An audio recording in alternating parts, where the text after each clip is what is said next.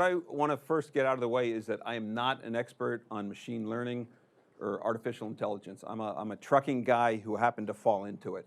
I've done a lot of work in predictive things, so what I want to do during this is talk about what I've been doing and what people I've been working with have been doing in this space for the last several years.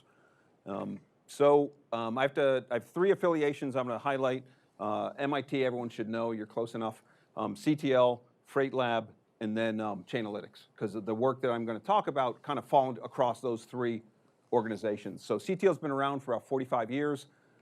We do work in education research and corporate outreach. We work with about 50 companies. We have a lot of online presence that we've created, the MicroMasters credentials. But we do a lot of work in transportation. That's our root. It's our middle name, if you will. So that's what I'm executive director of. FreightLab is something I started about 10 years ago, and it's essentially anything Chris works on. What that really means is if it moves, then I study it. We've done stuff in ocean, we've done stuff in air, rail, mainly truck because it's such a big component. We work with the private sector a lot. We work with the DOT slightly, occasionally, but mainly the work we do is looking with the private sector side of things, both carriers and shippers and 3PLs. And then the last one you might not have heard about is Chainalytics. Chainalytics is a analytical consultancy that also does other work. The area that I'm with is working with my colleagues Matt Harding and Ninam Eyoub in freight market intelligence. And so it's built off of some of the models I'm going to talk about, but essentially they work with private sector companies to improve the way they run their transportation as well as their other logistics and supply chains. So those are the 3 organizations I'm coming from. And during the talk, I want to talk about 4 things. I want to try to answer 4 questions, or at least tee these up, and we can talk more about them. I don't know, everyone here is a truckload expert, so I'm going to talk about what the truckload market looks like and why that's important. Then I want to answer why are truckload, or how are these services procured and the rates set, because that kind of sets the stage for trying to predict them. I'll talk about how you can forecast truckload rates. It's kind of a loaded question. And then I'll talk briefly about areas of future research. And if there are any questions at any time, please just raise your hand and I'll try to answer them or avoid your question altogether. So let's start from the beginning. What does the truck market look like? Essentially, this is the simplest form of transportation ever, right? It's taxi cabs. They pick up in one spot, they go to another spot, and they deliver. Load, line haul, unload. You've seen the trucks on the highway, whether it's a Knight Swift, the largest truckload for hire truckload company, which means that a company will hire them to do the transportation services, versus Walmart, which is a private fleet. They own their own trucks, but they also procure a lot of for-hire transportation as well. This is opposed to less than truckload that picks up little loads and then consolidates them. Very different industries. So the thing to remember for truckload operations is that it's like a taxi cab as opposed to a bus. A taxi cab. So you might pick up a load in Reno, take it to Rapid City, South Dakota, drive empty to Denver, pick up another load, and so forth. This has ramifications for a lot of different things. One is how the driver gets balanced. Every sink is not a source, right? Things go to Miami, but nothing comes out of Miami. So you have all these balance issues that kind of ripple through how you forecast and price transportation for truckload. And it's important to note that both drivers and carriers only get paid for the loaded portions. They don't get paid for those empty miles. Now, if you're a private sector, you have a private fleet like Walmart, that driver gets paid because they're on salary, right? But typically, for hire transportation, you're only getting paid for those loaded miles. Okay, that kind of sets the stage, you know, how it operates on the ground. Let's talk about the market itself. Transportation in the United States, freight transportation is just around $965 billion. It's a hard number to get, actually. But if we look at trucking is 640 of that, or 66% of the total spend. If I look at the trucking market, you can break it into 3. If you look at it financially, you've got the full truckload, less than truckload, and then you've got the private sector, the private or dedicated fleet. That, again, that's the stuff that like Walmart owns or Target. And so if you look at this, the full truckload, the piece that I'm talking about, is roughly 80% of the for-hire market. LTL, less than truckload, is tiny. They think they're big, but they're really tiny. Full truckload is the lion's share here. So it's a big piece of the market. The important things to remember as I go forward is that the full truckload industry is large, 45 to 150,000 firms, depending on how you count, right? There's a lot of debate whether you count owner-operators as their own firm, but it's a lot. It's highly fragmented. The top 3 carriers only make up about 3% of the market. Top 10 capture 5. So it's very fragmented. Mostly made up of small players. 90% or more of the firms have less than 6 trucks. So you see the stage here, right? Real long tail when you get here for the small carriers. So it's highly competitive, and it's mainly cost plus. That's a plus for us people trying to predict it, because if you know their costs, you can predict what the rates are probably going to be. So that means it's really driven to their operations. So that makes it a little easier as opposed to some other modes like ocean. Ocean is very hard. Global ocean transport is hard to predict because it's so market driven. It has a lot of other things. Trucking's a little easier, and I'll talk more about that. So it's a big market, highly fragmented, and it's worth modeling. So the next question I wanted to talk about is how do you procure? So I'm a shipper, I'm a Target, a Procter & Gamble, a Walmart, an Intel. How do I procure this transportation? The way to think about it, it's different from most other industries where if you buy something, you buy it and you're done, right? It gets delivered over a period of time maybe, but the procurement happens at one event. Transportation's different, especially for truckload. There's really 2 moments. The first one is strategic. And this is where you run typically a reverse auction. And this is something that Scott Smith and I did 20 years ago, right? And after I was working with Scott. And so the idea here is that I'm a shipper. I've got 1,000 different lanes. I go to all my carriers and say, hey, here's what I think the volume's going to be on each one of these lanes over the next year. Some companies do it 2 years at a time. And the carriers come back and say, okay, here's the rate on this lane, rate on this lane, rate on this lane. Somehow you decide how the assignment's going to be, and you determine which carriers get which lanes. That gets fed into what's known as a routing guide. A routing guide sits in a system called the TMS, or Transportation Management System. It's essentially a catalog. And all that it does is says, in real time, if I have a load going, say, from Chicago to Boston, it tells me which carrier it'll go to and what their rate will be. Does that make sense? It also all backups. If that carrier isn't there or can't handle that load, who should I go to next? So the strategic guide, you do this usually once a year, sometimes every 2 years. You set up contract rates that are good for that length of time, and it gets embedded into a routing guide. You can be very sophisticated about this or very simple. It doesn't matter. The process at the end of the day is the same. It goes to a routing guide.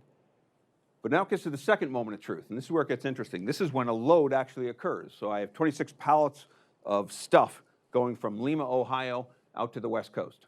So now I'm going to go to my routing guide, and I'm going to determine, okay, which carrier am I supposed to use for that?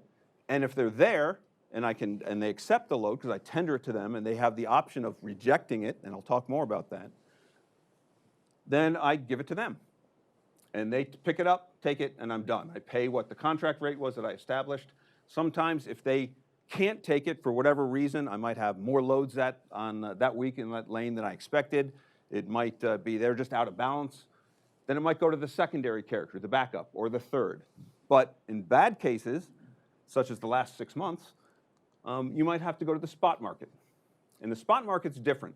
Spot market is going out to a larger number of carriers, and I'm asking for the rate at this moment in time.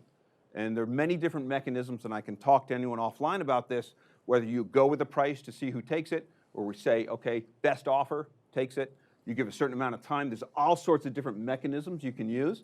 But at the end of the day, you go to the spot market, and hopefully you find someone to take it. So 2 main pathways to getting a truck to take your freight. What's interesting to point out is the freight doesn't care, right? It's the same experience. It's going to travel on a 53-foot truck. It's probably going to go on the same roads, whether it goes by contract or spot. It's going to follow the same path, and it might even be the same carrier, because a carrier could turn down a load and then accept it on a spot. And this happens a lot. So at the end of the day, there's no difference physically to what happens here. The difference, though, is in the rates. So contract rates are very different than spot rates, and that's what causes all the problem in transportation and trying to forecast. So contract rates set in advance for long term, usually a year at a time. They're set. They do not change. Spot rates, on the other hand, are at the time of tender. And they're for one load, not for multiples. The contract rates are non-binding. What do I mean there? Anyone who's been in procurement gets baffled when we talk about truckload transportation because they don't have to accept every load. They're expected to, but I don't know of any company besides some inbound for manufacturing where they will penalize a carrier for turning down a load. usually you have an acceptable bound, 90%, 95% acceptance ratio.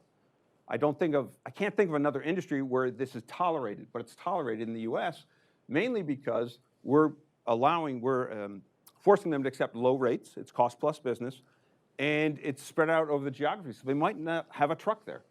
So they can not accept a load when it's tendered. Yes, sir. Do we need a microphone, or are we good? Okay. Do the contracts specify minimum acceptance rates? So the question was, do contracts specify minimum acceptance rates? Usually not. They have some standard. And so you can think of enforcing contracts with two things, right? A carrot or a stick. These are carrot enforcements. In other words, you won't get future business. Ocean's pretty much the same way. There's some where you do penalties. It's few and far between.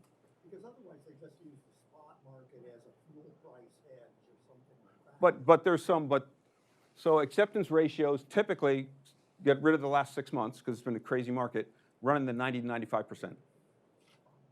But it makes sense. It's steady rates for them, right? And you know, we have an interesting student working on a dissertation looking at trust. And so the question is, when the market's soft, in other words, it's easy to find a truck, does the shipper stay with that carrier? And the market gets tight, does the carrier stick with the shipper? So it's an interesting question, the matter of trust for that. But it's strange. They are loose contracts. Any other questions? All right. So non-binding, obviously spot rates are binding because they're accepting that load and they're going right away. And then the other thing is that 80 to 95% of the volume moves by contract. It's really the dominant mode, and it makes sense for a shipper because you have, you set the rate for your budget. It's more stability. And same thing for the carrier. As they have a network, it's really helpful for them to know that they're going to get 5 loads a week, let's say, on this lane, because they can build the rest of their network. So everyone wants stability. You need that to build your network, both on the shipper and the carrier side. So spot rates, as you could expect, are much more volatile and typically more expensive, but not always. So let me show you some rates. And what I'm showing here are contract versus spot. Spot is in the, I guess that's orange, right? Is that showing orange? And then the blue is the contract rates. This is over a period of time. This is work that master's student Rana has been working on, and I'll talk more about the stuff she's been doing in a second. But this shows just the difference, right? And this is from the last 18 months, April 2017 up until midsummer of 2018. So what do you notice, right? Spot is much more volatile, is generally above the contract, but contract's not this nice steady line, right? It's got some variability to it as well. So this raises the question when I'm forecasting truckload rates. What am I forecasting? So it really matters who I'm asking to forecast. If I'm a shipper, then I want to know what I'm buying, right? I'm buying truckload. I want to know what rate, if I run a bid today, should I expect to pay? So I'm looking for planning and budgeting purposes because I want to get under that 95% that goes under contract. If I'm a 3PL, a third-party logistics provider, or a broker, what do I want to know? How much will I pay for a price for a load tomorrow on this lane or next week? Very short term. So these are two very different forecasts, and so the methodologies kind of change as well as you go along. So shippers try to look at contract rates. 3PLs and brokers are naturally looking for these spot rates because when I showed that spot market, there's usually a 3PL or a broker sitting there. You know, they're the ones who aggregate the carriers and facilitate that spot market. Does that make sense? So it's very different. So let's look a little closer at rates. These are 2 lanes. I think it's in the southeast of the United States from 2012 to 2016. We looked at all the loads, and we looked at the average cost per load. So not per mile, but per load. Lane 1 and lane 2. The blue is the contract, and it's just a density function, and the average is what, around 1,200, 1,300, and on that lane, about the same, actually. But you can see what the spot is. Spot's much wider, right? Much more variable. Contract is much more concentrated. So the obvious is there's more variability in spot than contract. What's interesting is spot is not always more expensive than contract, right? A big percentage, is below the average here. Same thing here, right? And so the spot is more variable, but it's not always more expensive. It really is an indicator of whether you're in a soft market or a tight market. And the other thing is contract rates are not this nice uniform, it's not a delta function, right? They're not all the same rate. And so let's look at that because there is variability in contracts. Because if we're thinking, I'm going to forecast, I know forecasting this, that's going to be tough, right? I mean, look at that. I mean, a best guess is you throw a dart at the dartboard. But this, I should be able to forecast. Look at how tight, that's a real tight, the coefficient of variation there is very tight. And this is common for most lanes. But let's look a little closer. So this is one lane, one lane. This is from 2013, I think, 2012 to 2013. So 1 year, the lane is 450 miles. We have over 10 shippers on this, 3,000 loads a year, and the median rate was $2.93, $2.93 a mile. Does that make sense? And you see the 25th and 75th percentile, pretty tight, right, between 298 and 288. So within 10%, 10 cents, that's my bound, my inner quartile. So if I was going to predict this, I would, look at the median. That's not too bad. But if you take this, instead of looking at daily averages, you look at each load, it looks like this. All right? A little bit different. So these are the individual loads, and so some patterns emerge. And it's even more interesting when I color code it by company. So this is what a truckload lane looks like. Not for a company, but for the market. So the question I ask you guys, what's the market rate? The goods or the owner of the truck? Owner of the goods. The question was, what am I talking about? I'm talking about shippers. Shippers are the Walmarts, the Targets who own the goods. Carriers own the vehicles. Okay. So this is by shipper, owners of the goods. So the question is, what is the market rate? As anyone who's been to any MIT class knows, the answer is it depends, right? And it depends on a lot of things. But let's talk about this for a second, because this is a remnant of the routing guide. So all these different shippers, and so the orange one is paying, what is that, $2.25 a mile versus $3.25 a mile. Why? But look at the steady state of each of these. That means it's a routing guide. And the acceptance ratio up here is going to be incredibly high. Do you see why? Because they're paying about, what did I say the median was, $2.93? Look at that. They're paying 20 cents more, 30 cents more a mile. But then you see all this weird behavior. You see some spot market happening down here. You see spot market up here. So the challenge here is that each of these rates are set by contract, by a different auction from those carriers to a different shipper. So what am I going to predict? Do I predict the average? Do I predict the median? Do I predict the range? This is the challenge. And so there's more going on than just a single market rate. This is why there's variability for contract rates. Does that make sense? So it's not as simple a problem as many people think, even though it's just a truck. And then at the end of the day, the pallet doesn't care what you're traveling on. Contract, spot, private fleet, doesn't matter. All right, so that's how you procure, and that's why it's a challenge. Let's talk about forecasting methodologies. I'm going to talk about 3 methodologies that I'm familiar with and I've used in decreasing level of expertise. How's that?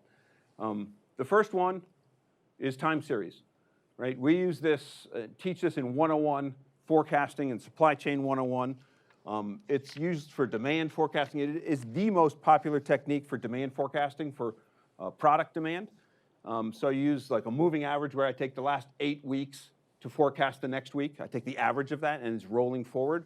That's the classic example. Exponential smoothing is something a little bit different in that it tries to incorporate different patterns. So it's really a pattern recognition solution where there could be a level pattern, a trend, or some kind of seasonality, and you try to fit the model to minimize the errors, right? Get the parameters that best replicate the historical pattern, assuming that what happened in the past is more or less going to happen in the future.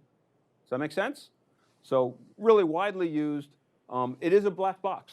Oh, and ARIMA, autoregressive integrated moving average, is just a more sophisticated model that looks at autocorrelation.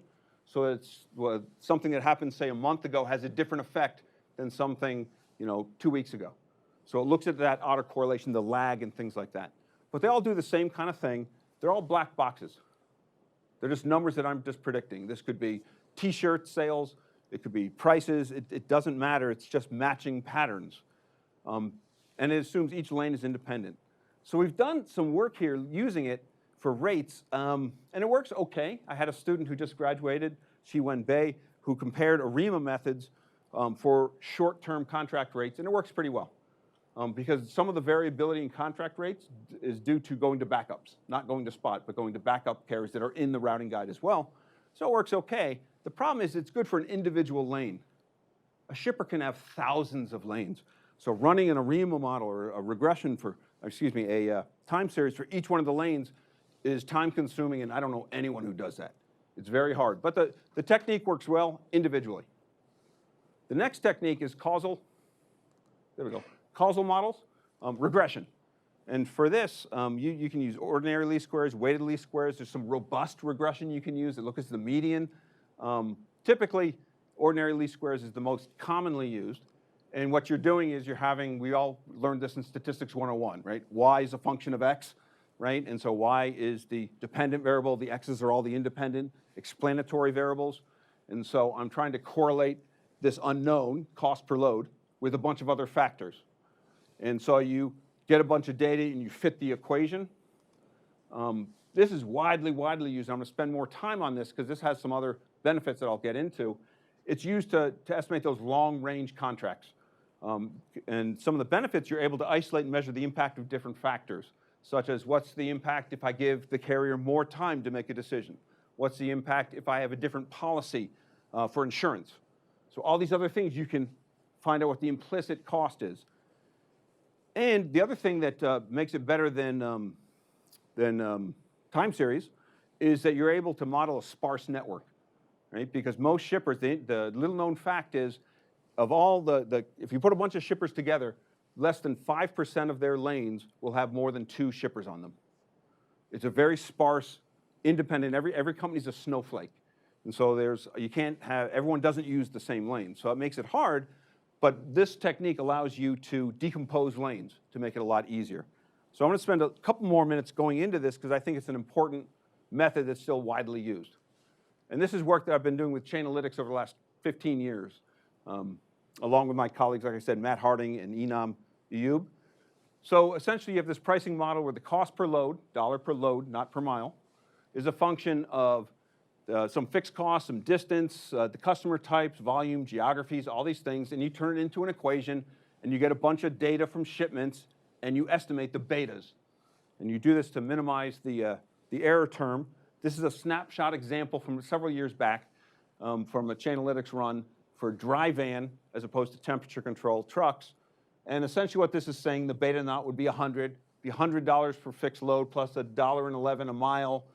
And then I have a bunch of other factors. If you're going to a customer like a Safeway or someone like that, you're going to have an implicit bump, right? This isn't something you're going to explicitly put on the price, but implicitly that gets built in there because they tend to be the worst at picking things up.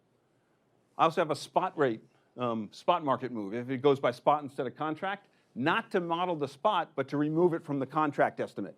Does that make sense? So I'm having that binary flag. Is it a spot move, yes or no? And then the distance to remove it from the analysis, because I'm really trying to get the contract rates, team, service, add some per mile, and whatever. But then the last one are these regional values.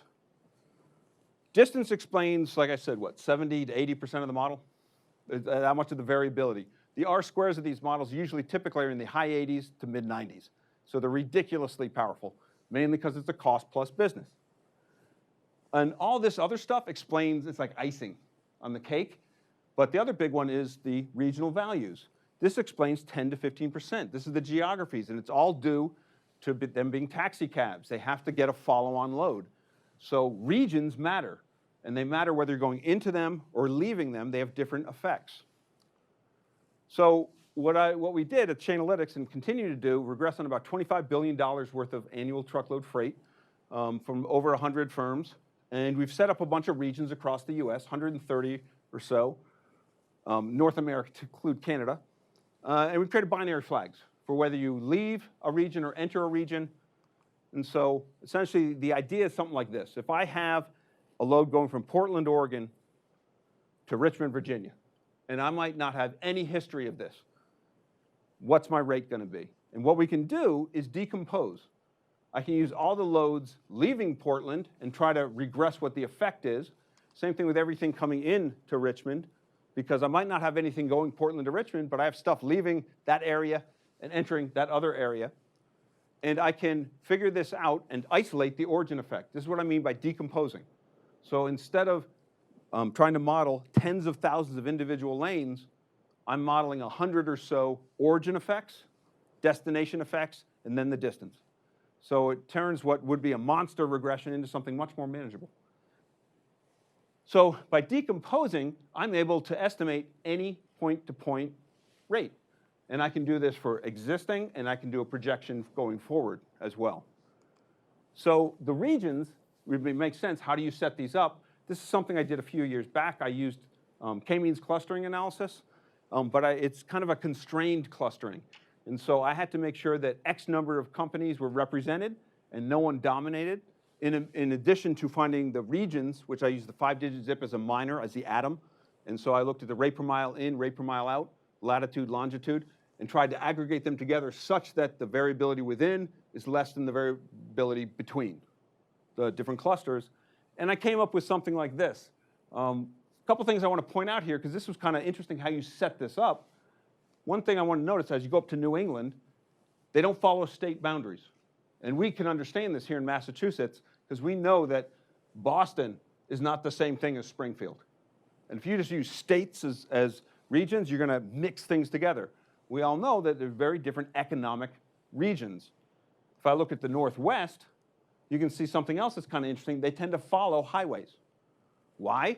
Because they're trucks, right? That's where economic activity happens, on the highways. So these regions that we set up are not the same size, but they're really a function of the economic activity underlying. Does that make sense? And so every origin, every destination, and we do micro assignments within there as well. I won't get into that. But this is how we capture regions. Now you might ask, how does that change over time? We do this model constantly. And what's interesting is those regional factors don't change. They're very stable. This is a comparison of last run to the most recent run. And if you look over time, relative to each other, they don't change much because they're capturing this underlying economics. And if something does change, something happened there, such as when Walmart got into Houston. You could see a change in its behavior. But this captures that network effect, that for-haul, backhaul effect, and all of the variability that happens routinely is captured in the line haul. Does that make sense? So it's a nice way to capture this, and this is what leads it to be a very good model for predicting. Yes, Scott? How far back were you looking? For what? How many years? I've started this, we've been doing it since 2003. Okay. Now, the data's gotten bigger. I didn't start with $25 billion in 2003. And so it's gotten bigger, but we've been looking at it since then. But to be honest, Scott, I haven't looked at my regions from 03 to see what it is in 18. That'd be interesting to see. My prediction, and I'd bet lunch, is that the relative values haven't changed. The absolutes probably have a little bit, but relative have not. Yes? A second ago, you made a comment about this allows you to pull out a regional value and the rest is line haul. Do you mean by that the rest is just a factor of the distance? Distance and some other factors of the line haul, whether it's going to anything that is not geographic related. Okay. I threw it into that because it could be spot, it could be a team, anything that's related, but the distance is the primary driver of those things. Okay. Any other questions? All right.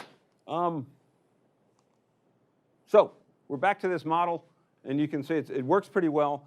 The problem is, and it creates very valuable artifacts. Anyone's doing network design, this is awesome.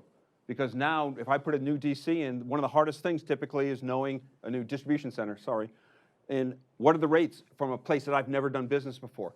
This lets you estimate what those will be. That's a nice thing, those regional values. Also, if I have a market rate, I can see how far my company is off of that. And that tells me something. If I'm like that green company I showed before, if I'm 25 cents above the average market, what does that mean? Maybe I'm getting other services. Maybe I'm getting something else in return for that. Hopefully I am.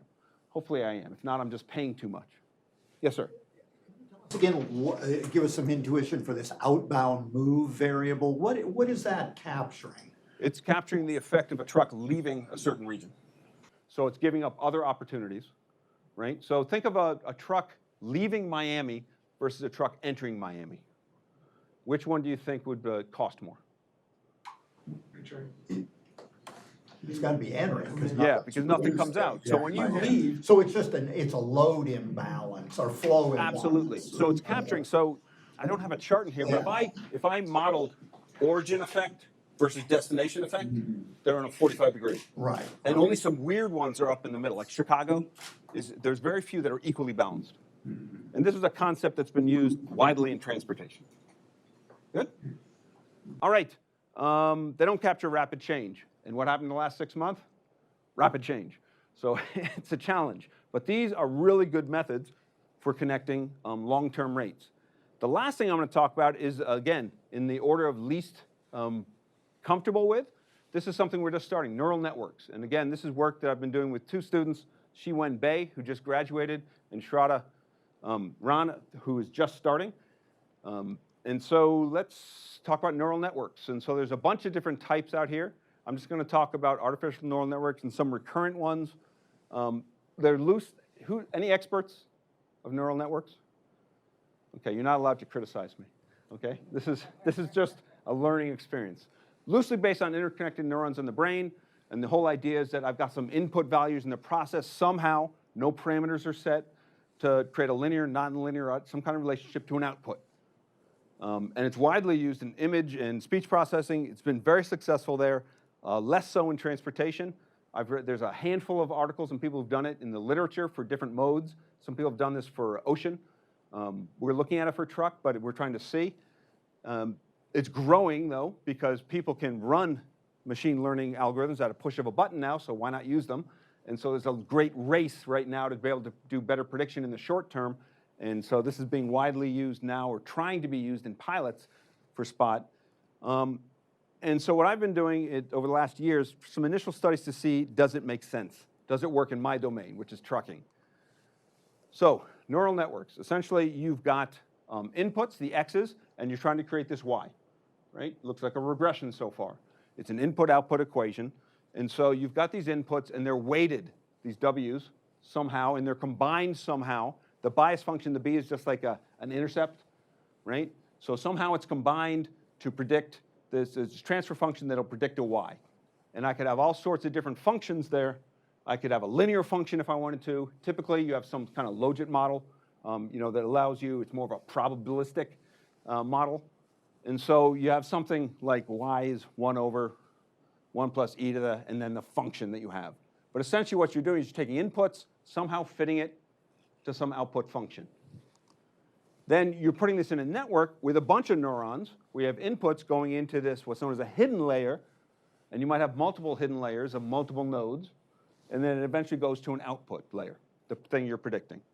So the way it works is you start with random weights.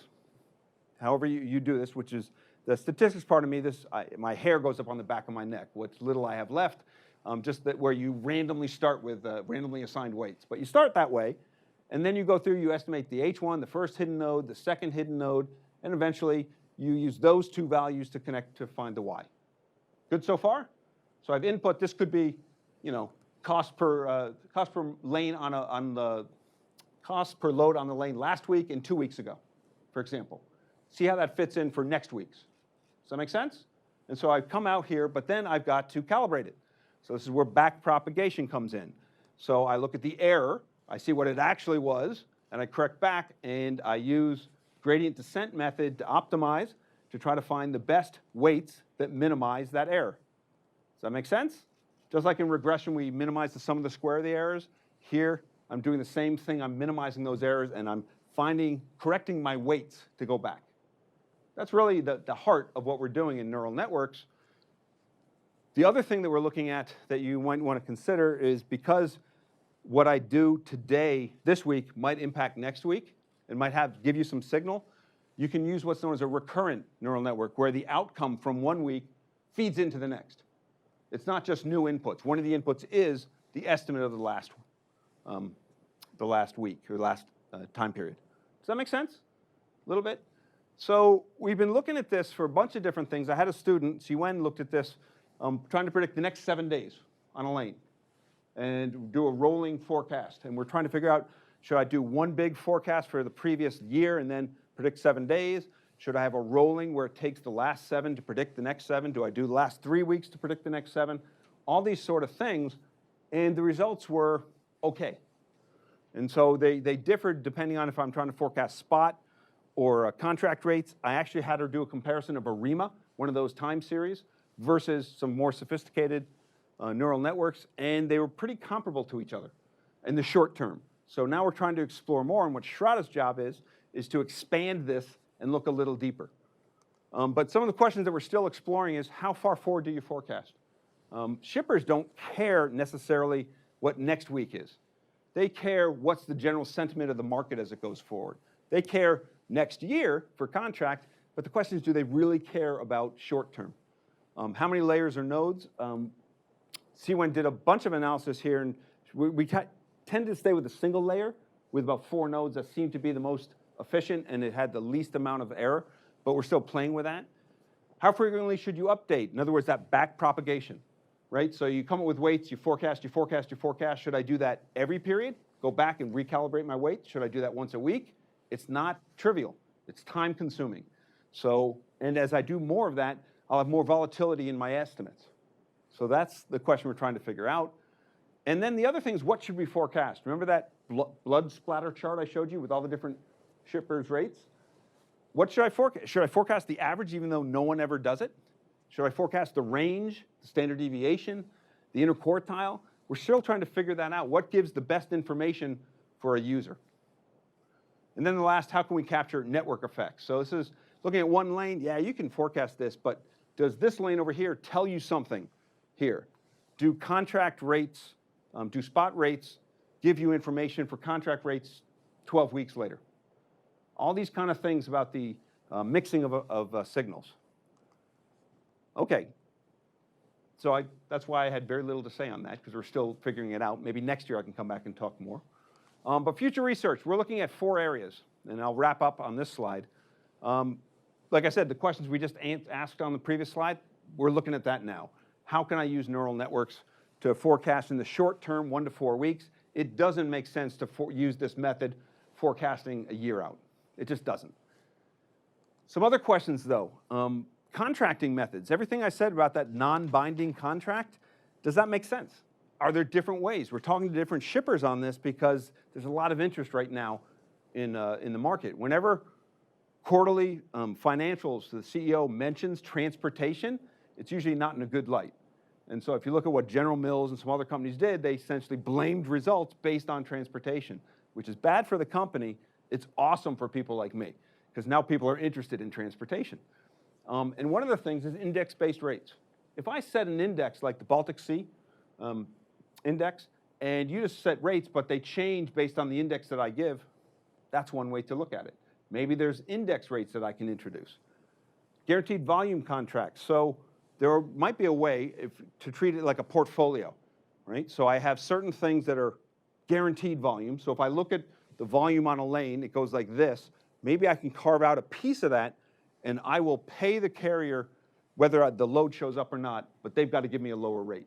So I look at that guaranteed piece, and I charge a different rate for that. And then more volatile, I might charge a different rate. And then the very high amount, it might be spot. But looking at a portfolio of contracts instead of this one-size-fits-all contracting. We're working with a bunch of companies on that, trying to figure out how do you set that volume and what should the price be? Because then it gets into a mix. What should my portfolio of a buy be on a certain lane?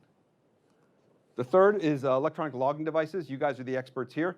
But what's the opportunity? Everyone looks at the penalties and the costs and the downsides. That's what the press focuses on. But there's a lot of opportunities here. I've got real-time time location data on my drivers, on my loads. How can I leverage that? Many shippers are very interested in understanding how they can mine that data. Last one is the rise of the Uber effect. There actually is an Uber Freight. One of our alums, Bill Dreger, is the director of that. And what's interesting, we have this ongoing conversation. And his claim is that just like Uber disrupted the taxi business, that could also happen on the trucking side. And his thought is, if you make it reliable enough, like when I used to have to go to the airport, I would have to call the taxi company ahead of time and set up something for 5 a.m. in the morning. I don't do that anymore. I wake up and I call Uber at 4:35 or 4:45 or whatever to pick me up, and it happens. And his argument is, as you get that kind of reliability and consistency, then the amount of volume going under contract rate will go down, and more will shift to spot. Right now it's 90-10, 90% contract, 10% spot. He's predicting that'll go way down. I don't agree, but it's interesting to see what's going to happen there and how that will change.